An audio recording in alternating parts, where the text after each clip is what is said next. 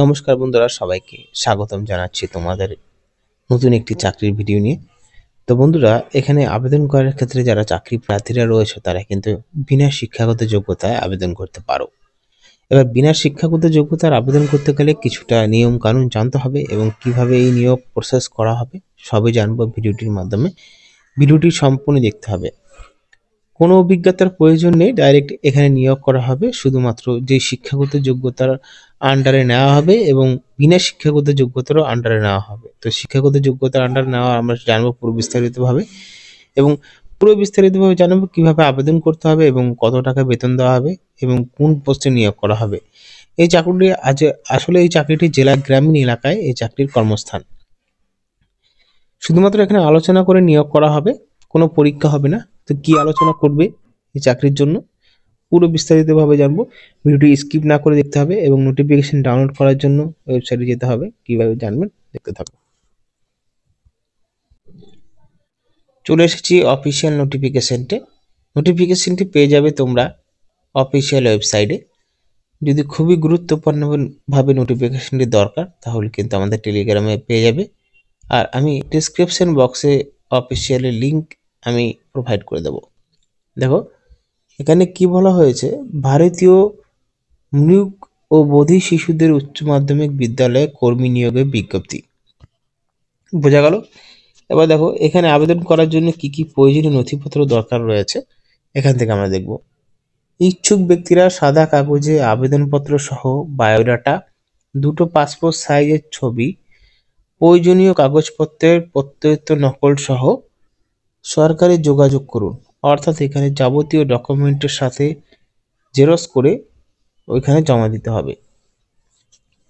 কোথায় জমা দিতে হবে এবং কোথায় দেখা করতে হবে, যেহেতু জমা দেওয়ার কথা উল্লেখ করা হয়নি, যেদিন নিয়োগ করা হবে সেদিনই ওইখানে আলোচনায় বসবে এবং আলোচনার মাধ্যমে নিয়োগ করা হবে।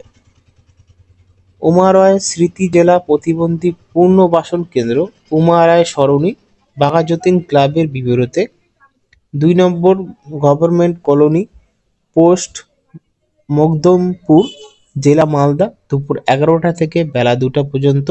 আগামী 29/12/2023 শুক্রবার 2023 কিন্তু ওইখানে আলোচনায় বসবে এবং সমস্ত ডকুমেন্ট তারা যাচাই করবে। দেখো শিক্ষক পদ ছাড়া অন্যান্য পদের জন্য স্কুল ক্যাম্পাসে আবশ্যিকভাবে থেকে কাজ করতে ইচ্ছুক না হলে আবেদন করার প্রয়োজন নেই।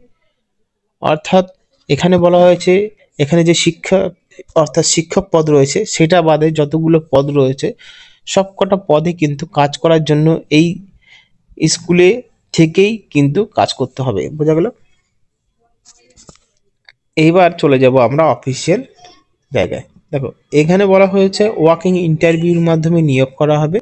ভারতীয় মূক ও বধির শিশুদের উচ্চ মাধ্যমিক বিদ্যালয়ে কর্মী নিয়োগের বিজ্ঞপ্তি। যে বিজ্ঞপ্তিটি প্রকাশিত করা হয়েছে 21/12/2023।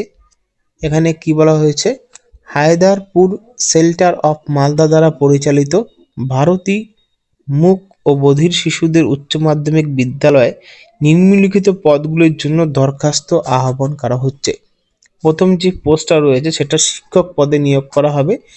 এই পদের যোগ্যতা গ্র্যাজুয়েট হতে হবে, বিএড ইন স্পেশাল এডুকেশন নিয়ে পাশ করতে হবে এবং কোনো স্বীকৃত প্রতিষ্ঠান থেকে প্রতিবন্ধী নিয়ে কাজ করার অভিজ্ঞতা থাকলে অগ্রাধিকার পাবেন। বোঝা গেল?